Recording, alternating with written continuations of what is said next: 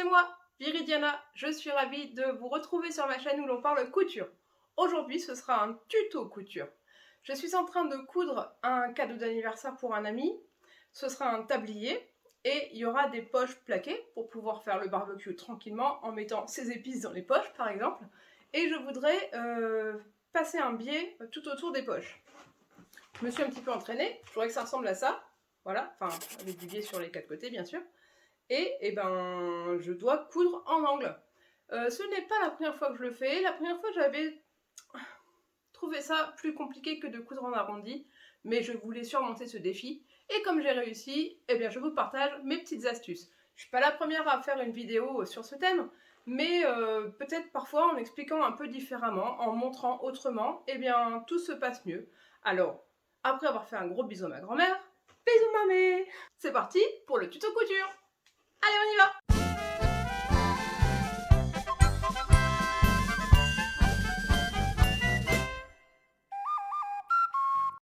Donc, voilà, j'ai pris des petits carrés de jean. C'est du jean bien épais. C'est la matière avec laquelle je vais faire le cadeau d'anniversaire. Et j'ai des petites chutes, donc je m'entraîne à coudre en angle le biais. Vous connaissez le biais, c'est un tissu qui est coupé dans le biais, qu'on trouve souvent dans le commerce, déjà pré-plié comme celui-ci. Vous voyez, il est légèrement extensible. Mais là, comme on va coudre en ligne droite, il n'y a pas forcément besoin qu'il soit très extensible. Mais bon, c'est toujours mieux de le faire avec du biais quand même. Comme je vous en avais déjà parlé dans un précédent tuto, il y a toujours un côté qui est replié plus petit que l'autre. Sur celui-ci, ça se voit beaucoup. J'ai un petit côté et un grand côté. Ça va nous faciliter la vie. Donc, je commence par épingler le petit côté ouvert le long de mon tissu. Je vais commencer presque au milieu. Bien bord à bord. Je vais essayer de me mettre comme ça pour que vous voyez mieux.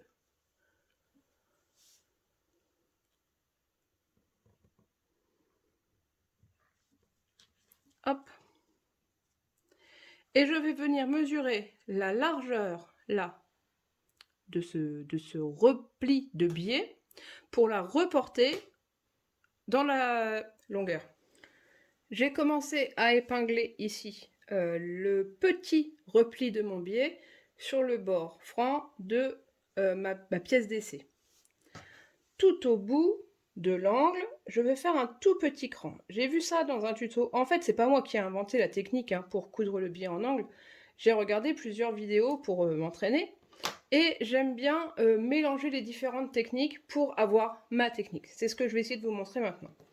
Grâce à ce petit repli, enfin, cette petite encoche là qui me montre bien la fin de mon carré, je peux mesurer la largeur là du biais, ça fait 0,9, et je la reporte de l'encoche vers l'intérieur du biais, 0,9. Hop. Donc maintenant, je vais venir coudre à la machine à coudre au point droit, bien dans le sillon, ici, du rempli, et je m'arrête précisément à cet endroit, et je fais un bon point d'arrêt, et je coupe tous mes fils. Je commence bien sûr par un point d'arrêt.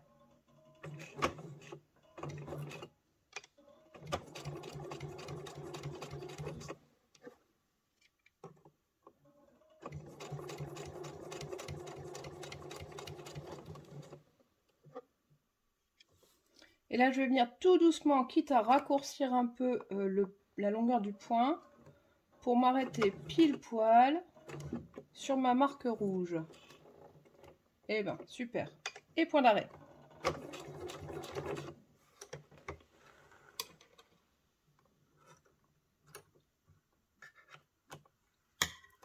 J'ai cousu en blanc, j'espère que vous allez voir quand même. Hop. Je me suis arrêtée pile poil sur mon petit trait rouge. Maintenant, c'est un petit jeu de pliage. J'ouvre bien le biais et je vais plier de façon à ce que le biais passe par l'angle ici du tissu, par le point d'arrêt, et hop, je continue comme ça.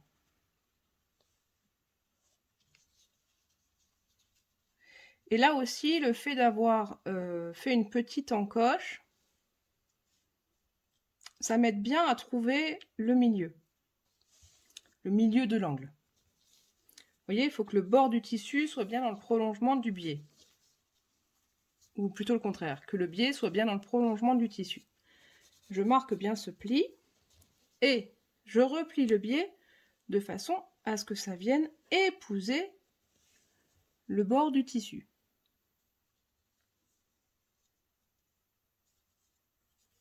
Hop. Et là, avec le doigt, on le sent bien, mais j'imagine que vous avez aussi une différence de couleur à l'écran. On voit où je dois venir piquer pour reprendre ma couture. Donc dans le sillon, forcément, et juste à la hauteur du pli. Hop, pour que ce soit quasiment à 1 mm près à l'endroit du marqueur rouge.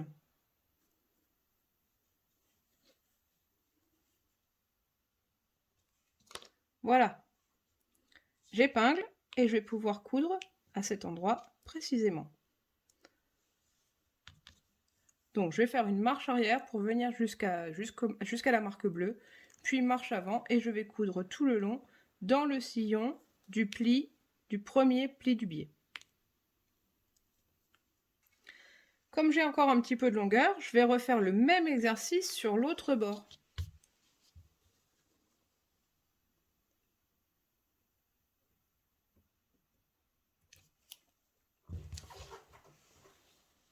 À partir de cette petite encoche que je viens de faire, je mesure 0,9. Il faudra donc que je m'arrête ici. Le pli du biais et je m'arrête là. C'est parti. Ici avec un point d'arrêt, jusqu'ici avec un point d'arrêt.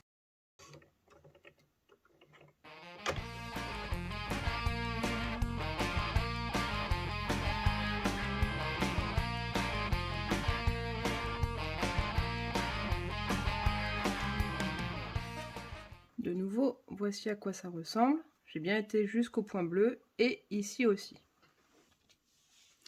De la même façon que tout à l'heure, je vais plier de l'angle ici jusqu'au dernier point et je continue à 45 degrés.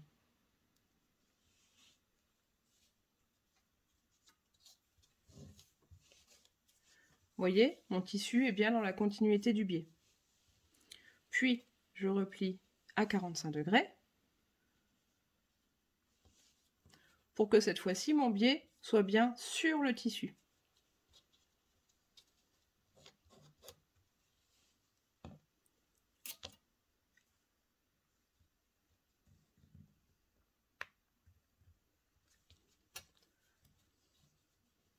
De nouveau, je sens bien où est le pli et je vais faire le petit point pour dire qu'il faudra que je couse à partir d'ici. Et si on regarde, ça doit tomber à peu près bien avec le point bleu de l'autre côté. C'est même carrément bien. Et je pourrai coudre jusqu'au bout. Allez, c'est parti. Une marche arrière ou un point d'arrêt comme d'habitude pour commencer.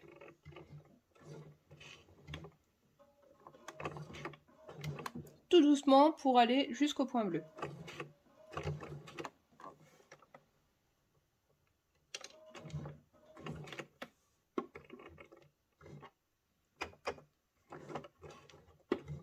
Voilà, et marche avant.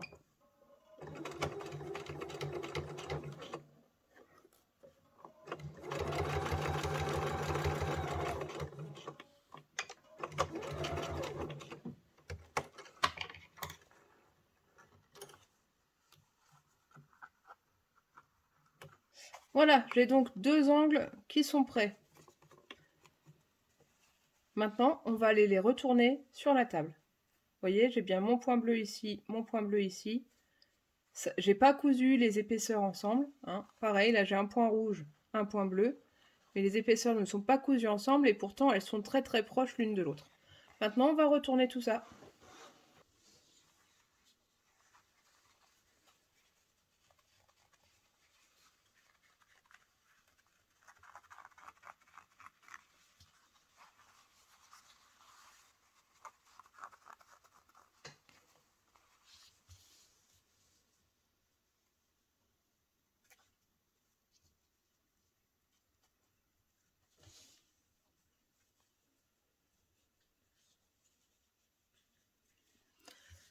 Je m'arrange pour que le pli du biais vienne recouvrir la piqûre précédente. En principe, comme nous avons commencé par le côté le plus petit du biais, ça se place très bien.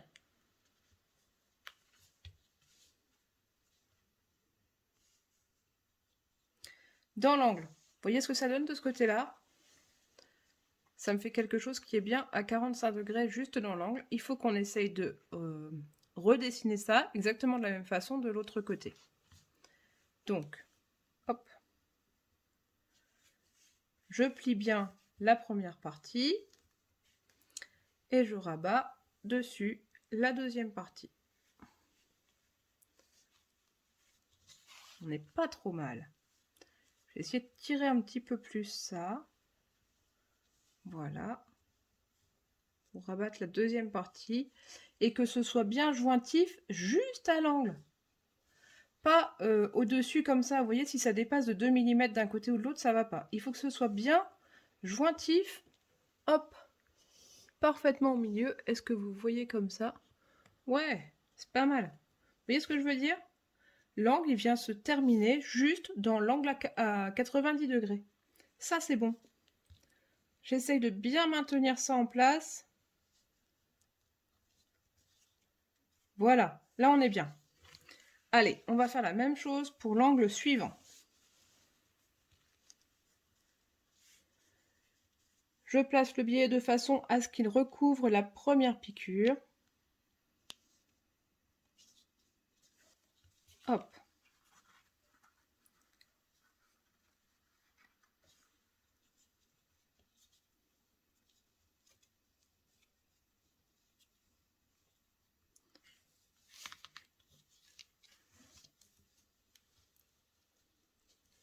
J'ai l'impression que ça va un petit peu moins bien se placer de ce côté-là. Mais on va essayer, ne désespérons pas.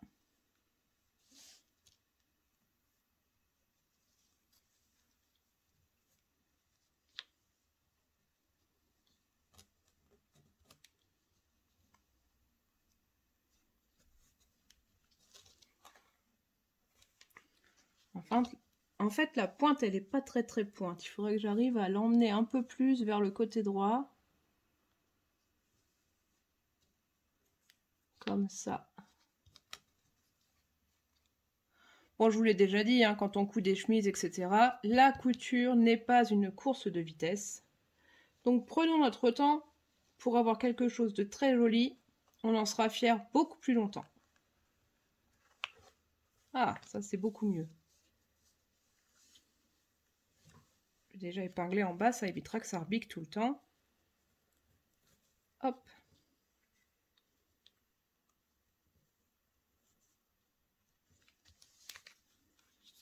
Et je reviens sur mon angle.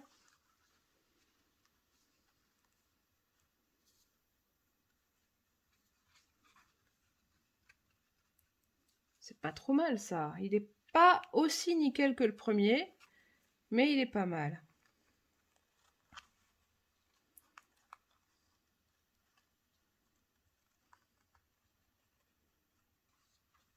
Hop. Encore une petite épingle ici.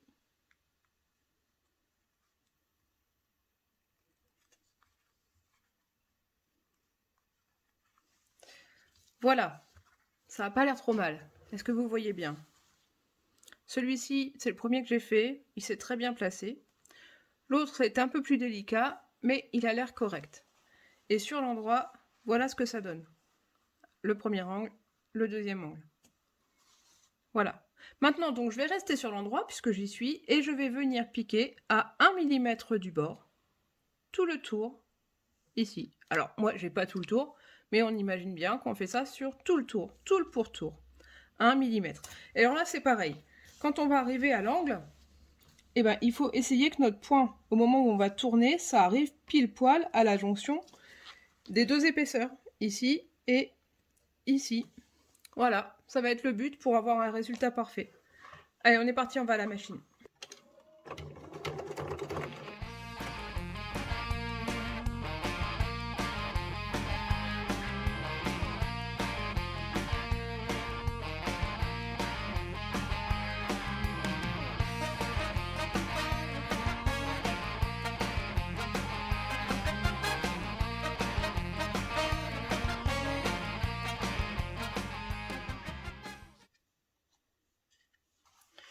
Et voici le résultat sur l'endroit du tissu. Je suis très contente, j'ai réussi à piquer mes angles pile sur les petits points que j'avais fait.